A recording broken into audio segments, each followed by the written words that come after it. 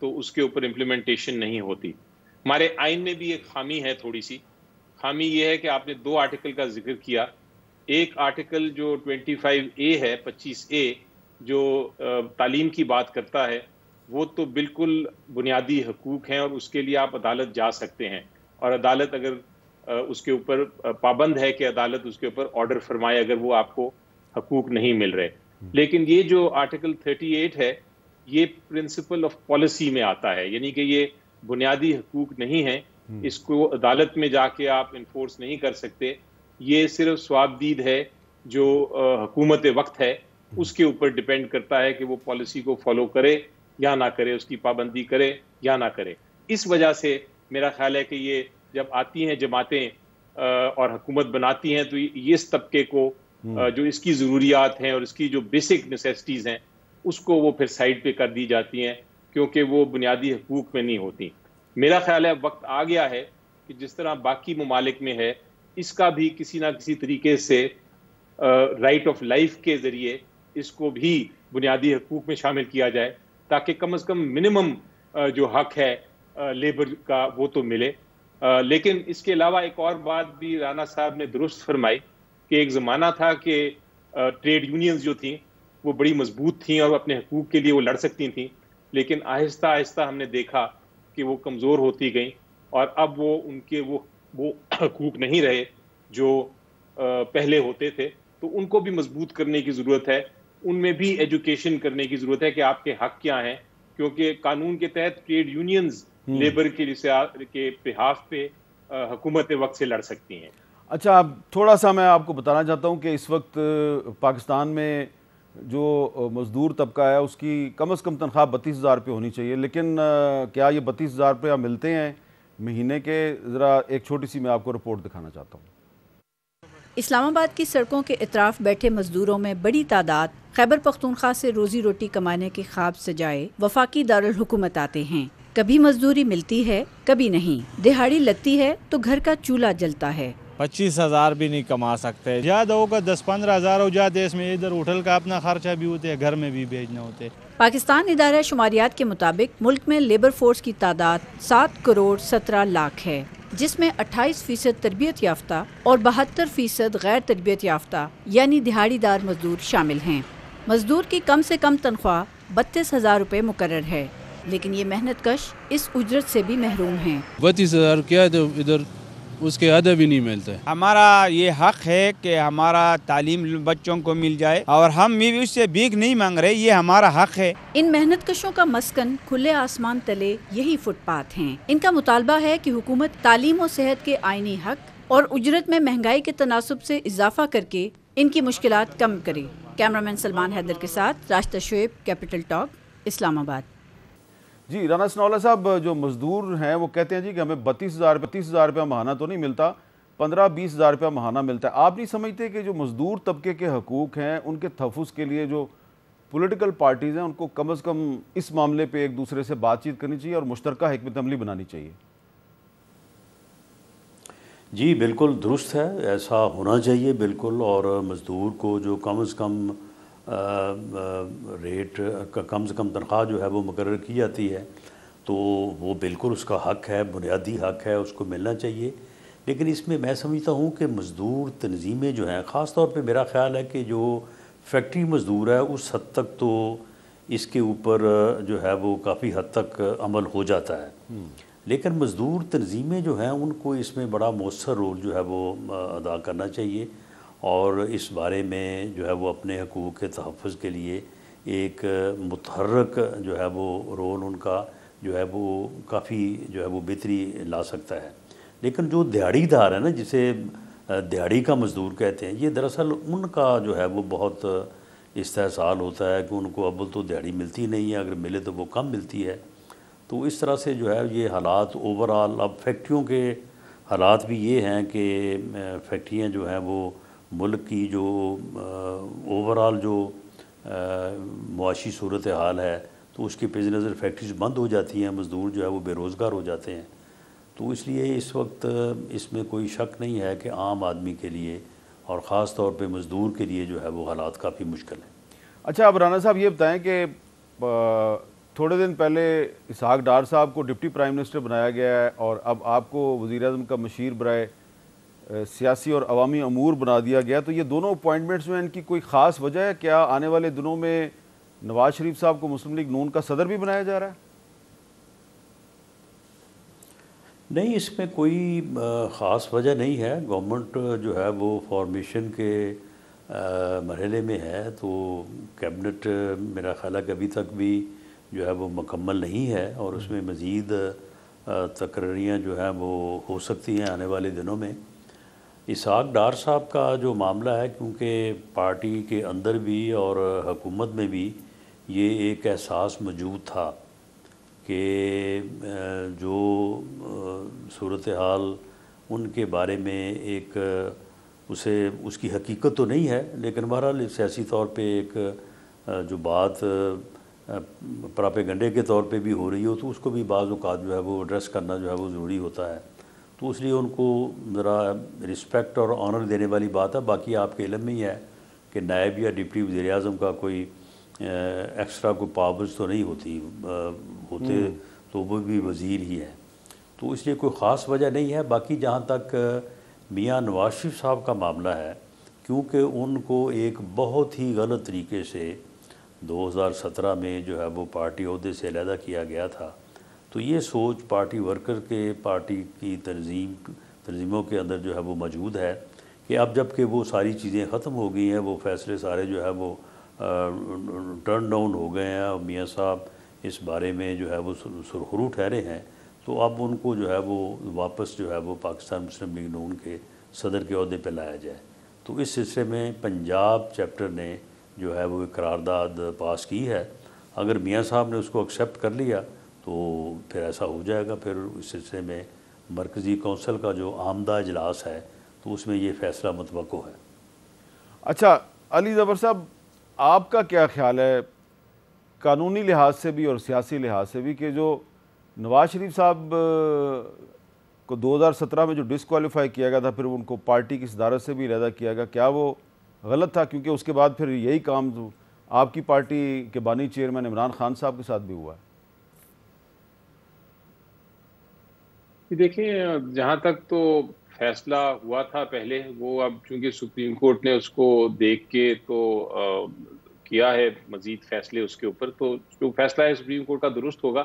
لیکن میں صرف یہ بات کرنا چاہ رہا تھا کہ یہ جو ڈپٹی پرائم منسٹر کا عہدہ ہے جس کا آپ نے ذکر کیا ابھی، میری نظر میں آئین میں کوئی گنجائش نہیں. تو آئی تھنک بیسیکلی یہ اسحاق ڈار صاحب کو ایک طرح سے پش کیا گیا ہے یا پیسیفائی کیا گیا ہے. کوئی بیچ میں ضرور تنازع ہوگا کسی نہ کسی جگہ پہ، جس کو ایک طرح سے کرنے کے لیے، ٹھنڈا کرنے کے لیے ان کو ایک عہدہ دیا ہے. ایکچولی یہ عہدہ آئین میں ایگزسٹ نہیں کرتا، نہ رولز آف بزنس میں ہے. یہ صرف ایک ڈیزگنیشن ہے. اس کے تحت کوئی طاقت یا پاور یا اتھارٹی نہیں ہے جس کے تحت وہ کام کر سکتے ہیں. تو یقینی طور پہ کوئی انٹرنل مسائل تو چل رہے ہیں پی ایم ایل این میں. اب وہ کیا مسائل ہیں اس کا دوسری پولیٹیکل پارٹی کے ساتھ تعلق نہیں، ان کا اندرونی معاملہ ہے، وہ اپنا معاملات طے کریں. مگر نظر تو یہ آتا ہے، اور جو فیڈ بیک ملتا ہے آف دا ریکارڈ جو باتیں ہوتی ہیں، اس سے تو نظر یہی آتا ہے کہ کوئی ٹینشن تو ضرور ہے جس کی وجہ سے وہ شاید چینج کرنا چاہتے ہیں، چینج آف گارڈ ہونا چاہتا ہے، جا رہا ہے اس پارٹی میں. بہرحال جیسا میں نے کہا کہ وہ انٹرنل معاملہ ہے پی ٹی آئی کا، اس سے کوئی ان کے انٹرنل معاملے سے کوئی تعلق نہیں ہے. ہم ہمیشہ کہتے ہیں کہ پولیٹیکل پارٹی کا اپنا اپنا انٹرنل معاملے جو ہوتے ہیں وہ انٹرنل ہی رہنے چاہیے. اچھا میں رانا ثناءاللہ صاحب سے پوچھ لیتا ہوں. رانا صاحب، یہ جو ایک اعتراض کیا جا رہا ہے کہ ڈپٹی پرائم منسٹر کا عہدہ جو ہے تو اتنا پاورفل عہدہ نہیں ہے، لیکن ان کانسٹیٹیوشنل ہے، تو یہ اس کا کیا جواز ہے کہ ایک ان کانسٹیٹیوشنل عہدے کے ذریعے اگر ڈار صاحب کی عزت کو بڑھایا جا رہا ہے تو یہ غیر آئینی نہیں ہے؟ نہیں، میرا خیال ہے اسے میر صاحب ان کانسٹیٹیوشنل کہنا تو نہیں بنتا. یعنی اس میں ان کانسٹیٹیوشنل والی کوئی بات نہیں ہے، لیکن یہ ہے کہ ٹھیک ہے اس میں کوئی علیحدہ سے اس کی پاورز جو ہیں وہ کانسٹیٹیوشن میں درج نہیں ہیں. لیکن اس سے ایسا ہے کہ کیبنٹ میں جو ہے وہ تمام منسٹرز کی پوزیشن جو ہے وہ ایکول ہے، لیکن اس طرح سے آپ یہ ایک بات واضح کرنے کی پوزیشن میں ہوتے ہیں کہ ہی از دی سینئر امانگ ادرس، اور یہ معاملہ بھی جو ہے وہ صرف میرا خیال ہے کہ اس لیے ضرورت پڑی یا اس کی ضرورت تھی یا پارٹی نے یا گورنمنٹ نے اس کو محسوس کیا، کیونکہ آپ لوگ جو ہے وہ جب سے وہ وزیر خزانہ نہیں بنے وہ وزیر خارجہ بن گئے، تو اس بارے میں جو ہے وہ بات ختم نہیں ہو رہی تھی کہ جناب دیکھیں جی ان کو یہ کر دیا، ان کو وہ کر دیا، بنایا نہیں گیا، اب ان کو اس کمیٹی کا بنا دیا ہے، کیوں بنا دیا ہے، اس کمیٹی کا کیوں نہیں بنایا۔ تو اس طرح سے اس اپنی سینئر پوزیشن سے وہ میرا خیال ہے کہ ان کمیٹیز میں اور ادروائز جو ہے وہ کوئی بہتر طور پہ جو ہے وہ پرفارم کر سکیں گے۔ اچھا علی زفر صاحب، آپ نے کہا کہ ڈپٹی پرائم منسٹر کا عہدہ جو ہے وہ غیر آئینی ہے، چلیں یہ آپ کی ایک رائے ہے، لیکن آپ کی پارٹی کے جو چیف منسٹر ہیں خیبر پختونخوا کے علی مین گنڈا پور صاحب، انہوں نے ایک بیان دیا ہے، ذرا سنیں، اس میں ذرا تلاش کریں کہ وہ کتنا آئینی ہے یا غیر آئینی ہے۔ اچھا اب علی زفر صاحب وہ کہہ رہے ہیں کہ جس دن عمران خان صاحب نے کہہ دیا کہ یہ فیڈرل گورنمنٹ کا تختہ الٹ دو تو ہم آپ کو دکھائیں گے کہ تختہ کیسے الٹتے ہیں۔ اب پارلیمنٹ کے اندر سے تو تختہ نہیں الٹا جا سکتا، تو ظاہری بات ہے اسلام آباد پہ چڑھائی کر کے ہی تختہ الٹا جا سکتا ہے، تو آپ کے خیال میں یہ بھی کوئی غیر آئینی بیان نہیں ہے؟ جی پہلی بات تو یہ ہے، میرا خیال ہے ان کا انداز گفتگو شاید ایسا ہے، لیکن چڑھائی کی بات انہوں نے نہیں کی، کم از کم جو آپ نے کلپ سنایا اس میں تو ایسی کوئی انڈیکیشن نہیں۔ انہوں نے آبویسلی وہ چیف منسٹر ہیں، وہ آئینی بات ہی کریں گے، لیکن اگر کوئی شخص، کوئی چیف منسٹر بھی کسی پروونس کا یہ کہتا ہے کہ ہم فزیکلی چڑھائی کریں گے کسی فیڈریشن پہ یا کسی اور صوبے کی حکومت پہ، تو وہ تو بالکل غیر آئینی ہوگا، اور میں تو اس کو کم از کم 100% اپوز کروں گا۔ لیکن آئینی طریقے ہیں بہت سارے ٹاپل کرنے کے، ہماری حکومت بھی جو تھی وہ آئینی طریقے سے ہی ٹاپل ہوئی، اس میں ووٹ آف نو کانفیڈنس کیا اور وہ ٹاپل ہو گئی، تو اس طرح کے طریقے تو بالکل جائز ہیں میری نظر میں۔ آپ ہر وقت ایک پولیٹیکل پارٹی دوسری پولیٹیکل پارٹی کو سمجھتی ہے کہ وہ حکومت اس کی جا سکتی ہے تو ہم پھر حکومت بنائیں گے، اور اگر آپ دیکھیں تو اس وقت جو نیشنل اسمبلی بھی ہے اور میرا خیال ہے کہ پروونشل اسمبلی میں بھی پنجاب کی، کم از کم نیشنل اسمبلی میں تو جو سب سے بڑی جماعت ہے وہ پی ٹی آئی کی ہی ہے، بے شک اس کو آپ کہیں کہ سنی اتحاد کے بینر کے نیچے ہیں، لیکن سب سے بڑی پارٹی وہی ہے، اور سینٹ میں بھی سب سے بڑی پارٹی اس وقت پی ٹی آئی ہو جائے گی، جبکہ پی کے جو سینیٹرز ہیں وہ جوائن کر لیں گے، تو کسی وقت بھی حکومت تبدیل ہو سکتی ہے اس طرح۔ اچھا، اور اس میں کوئی شک نہیں ہے کہ فی الحال تو حکومت ہے، لیکن یہ جا سکتی ہے کسی وقت بھی۔ لیکن جو آج پاکستان تحریک انصاف نے جو ایکس پہ جو ٹویٹر بھی کہلاتا ہے، چیف جسٹس آف پاکستان قاضی فائز عیسیٰ صاحب کے خلاف جو انہوں نے جو کمنٹس جو ہیں وہ پوسٹ کیے ہیں کہ قاضی القضاء کے دور معیار، ان کی تصویر بھی لگائی ہوئی ہے، چارج شیٹ بھی ہے پوری، پھر رؤف حسن صاحب نے ایک پریس کانفرنس کی ہے، اس میں بھی انہوں نے بڑی سخت زبان استعمال کی ہے، اور قاضی فائز عیسیٰ صاحب کے بارے میں کہا جا رہا ہے جی ہم نے ان کو ایکسپوز کر دیا ہے۔ تو عدالت کے فیصلے پہ تو تنقید کی جا سکتی ہے، لیکن چیف جسٹس کی ذات پہ اس طرح کے الزامات لگانا، کیا اس کی آئین میں گنجائش ہے؟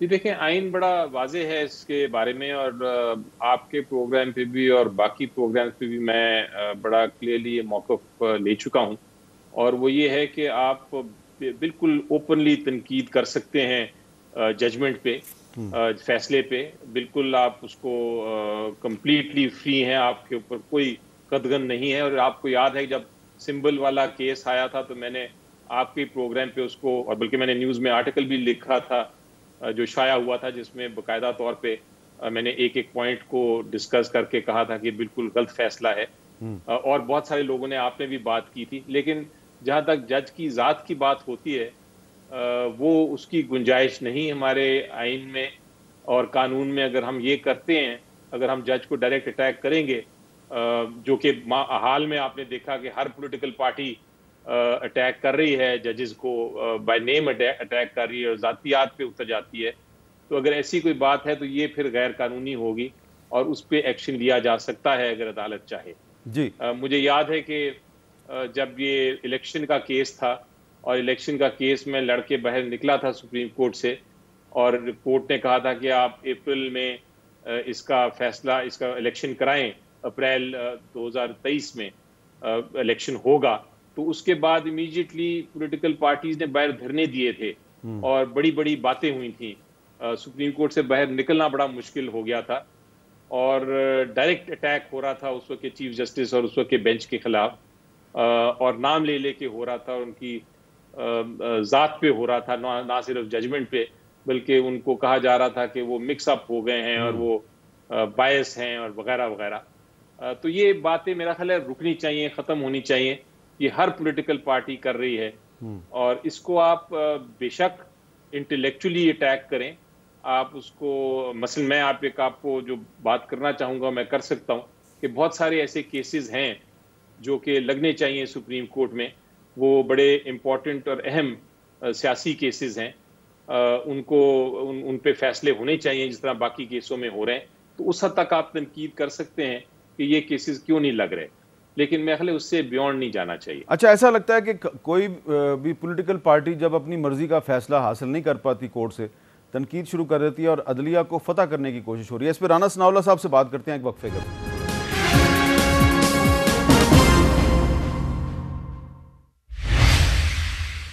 کیپٹل ٹاک میں دوبارہ خوش آمدید. رانا ثناءاللہ صاحب وزیر اعظم کے مشیر برائے سیاسی اور عوامی امور، اور بیرسٹر علی ظفر صاحب ہمارے ساتھ موجود ہیں.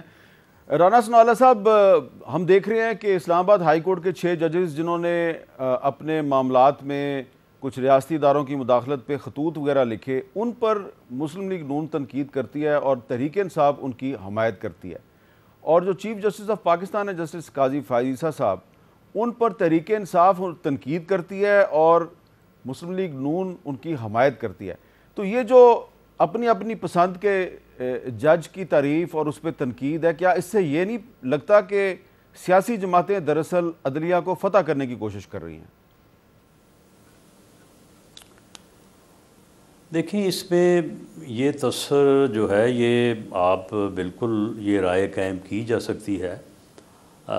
علی ظفر صاحب کیونکہ ان کا بار سے تعلق ہے، بڑے سینئر وہ قانون دان ہیں، لائر ہیں، تو میں کافی حد تک انہوں نے جو ساری گفتگو کی ہے تو میں اس سے اتفاق کرتا ہوں. لیکن اس میں دیکھیں، اس میں معاملہ یہ ہے کہ دیکھیں عدلیہ میں جو ہے وہ انڈکشن سے لے کے ایلیویشن سے لے کے فیصلوں تک وہاں پہ بھی میر صاحب بڑے مسائل ہیں. اور میں کیونکہ کچھ تقریباً 7-8 سال جو ہے وہ جوڈیشل کمیشن کا حصہ رہا ہوں ایز لا منسٹر پنجاب، اور اس کے بعد میں 5 سال جو ہے وہ پارلیمانی کمیٹی اور ججز اپوائنٹمنٹ ہے اس کا جو ہے وہ میں حصہ رہا ہوں. آپ یقین کریں کہ جو اعلیٰ عدلیہ میں ایلیویشن کا جو طریقہ کار ہے اور جس طرح سے ایلیویشنز ہوتی ہیں، جس طرح سے چیمبرز کی جو ہے وہ پذیرائی اور سپورٹ ہوتی ہے، اور اس کے بعد پہلے سے ہی معلوم ہوتا ہے کہ کون صاحب کہاں سے کیوں آ رہے ہیں اور آگے آ کے پھر جو ہے وہ کس طرح سے جو ہے وہ اپنے معاملات کو آگے چلائیں گے. تو یہ ایسی وجوہات ہیں جن وجوہات کی بنیاد کے اوپر کسی ایک معزز جج کے اوپر جو ہے وہ اس کی بیک گراؤنڈ کے حوالے سے جو ہے وہ بات کی جا سکتی ہے.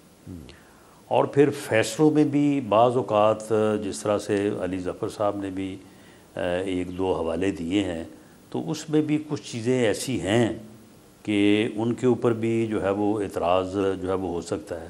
باقی جو 6 ججز نے جو پریشرز کی بات کی، انہوں نے تو ایک پریشر کی بات کی ہے نا. یہاں پہ کئی طرح کے پریشر ہیں. میں خود اپنا وکالت کے پیشے سے تعلق رکھتا ہوں. میں یہ بڑے یقین سے کہہ سکتا ہوں، وثوق سے کہہ سکتا ہوں کہ سب سے بڑا پریشر تو جو ہے وہ بارز کی طرف سے ہوتا ہے. آپ یقین کریں کہ جو ڈسٹرکٹ لیول پہ بارز ہیں وہاں پہ آپ جا کے ذرا حال تو دیکھیں کہ وہاں پہ کس قسم کی جو ہے وہ صورتحال ہے. تو عدلیہ کے اوپر پریشر صرف ایک طرف سے یا جس طرف اشارہ کیا جا رہا ہے وہیں سے نہیں ہے، باقی اطراف سے بھی ہے، عدلیہ کے اندر سے ہے. کیا وہ فیصلے جو 17-18 میں ہوئے ان کے اوپر جو ہے وہ عدلیہ کے اندر سے پریشر نہیں تھا؟ مانیٹرنگ جج جس نے بلا کے کہا تھا کہ 14 سال سزا دو دونوں باپ بیٹی کو، تو وہ عدلیہ کے اندر سے پریشر نہیں تھا؟ اس وقت کے چیف جسٹس کا جو رویہ تھا کیا وہ پریشر نہیں تھا؟ تو یہ ساری چیزیں جو ہیں ان کو ہولسٹیکلی جو ہے وہ دیکھا جانا چاہیے. اور اس کے بعد سب سے پہلی بات تو یہ ہے کہ عدلیہ جو ہے وہ خود سے یعنی ایلیویشن کے عمل سے لے کے آگے تک عدلیہ کو پہلے خود مضبوط ہونا پڑے گا، ان چیزوں سے ابو ہونا پڑے گا. تو اس کے بعد پھر یہ پریشر جو ہیں وہ ایک طرف سے ہوں یا 10 طرف سے ہوں تو ان کو پھر فیس کیا جا سکتا ہے. علی ظفر صاحب، یہ آپ اس رائے سے اتفاق کرتے ہیں کہ عدلیہ جو ہے وہ پارلیمنٹ کو کہتی ہے ابھی اپنے آپ کو مضبوط بناؤ، لیکن جب تک جو سپریم کورٹ کے ججز ہیں ان کے اپنے اندر اتحاد نظر نہیں آتا، وہ خود متحد نہیں ہوتے، تو عدلیہ بھی مضبوط نہیں ہو سکتی؟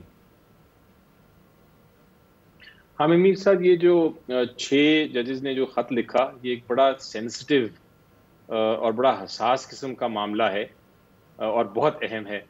اس لیے میں ذرا تھوڑا سا اس پہ پہلی سٹیٹمنٹ بڑا کلیئرلی دینا چاہوں گا، اور وہ یہ ہے کہ عدلیہ میں اگر ہمیں واقعی آزاد عدلیہ چاہیے کسی بھی ملک میں، کسی بھی قانون میں، کسی بھی آئین میں، تو اس میں انٹرفیرنس کسی قسم کی نہیں ہونی ہو سکتی، نہ کوئی اسٹیبلشمنٹ سے، نہ کسی ادارے سے، نہ کوئی پولیٹیکل لیڈرشپ سے، نہ کوئی بار سے.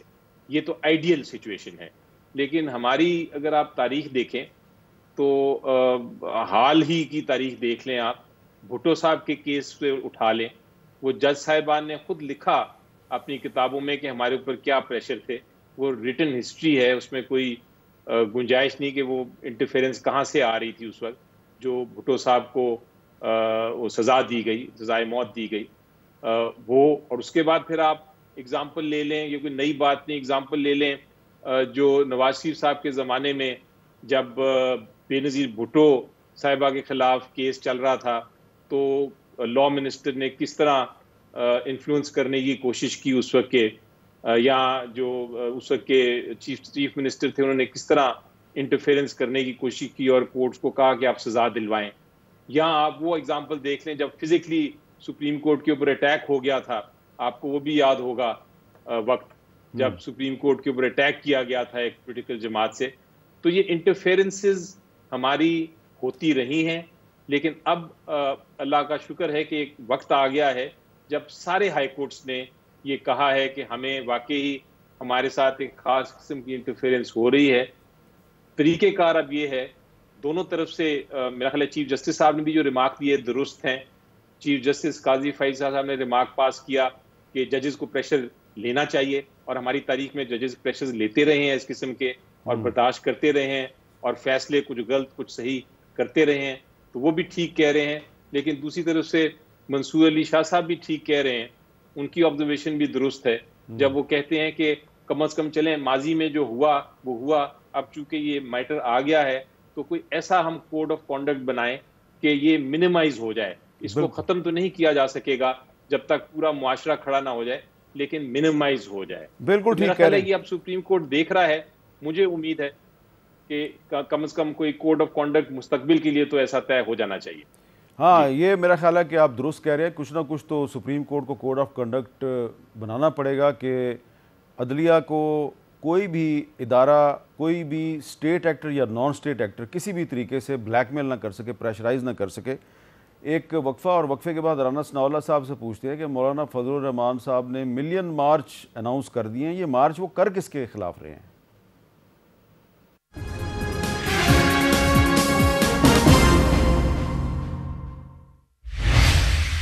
کیپٹل ٹاک میں خوش آمدید.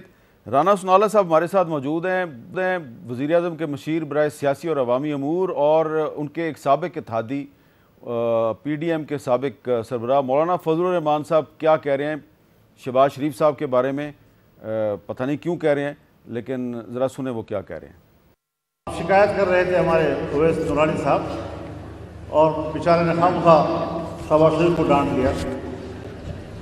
اس کی حکومت کب ہے؟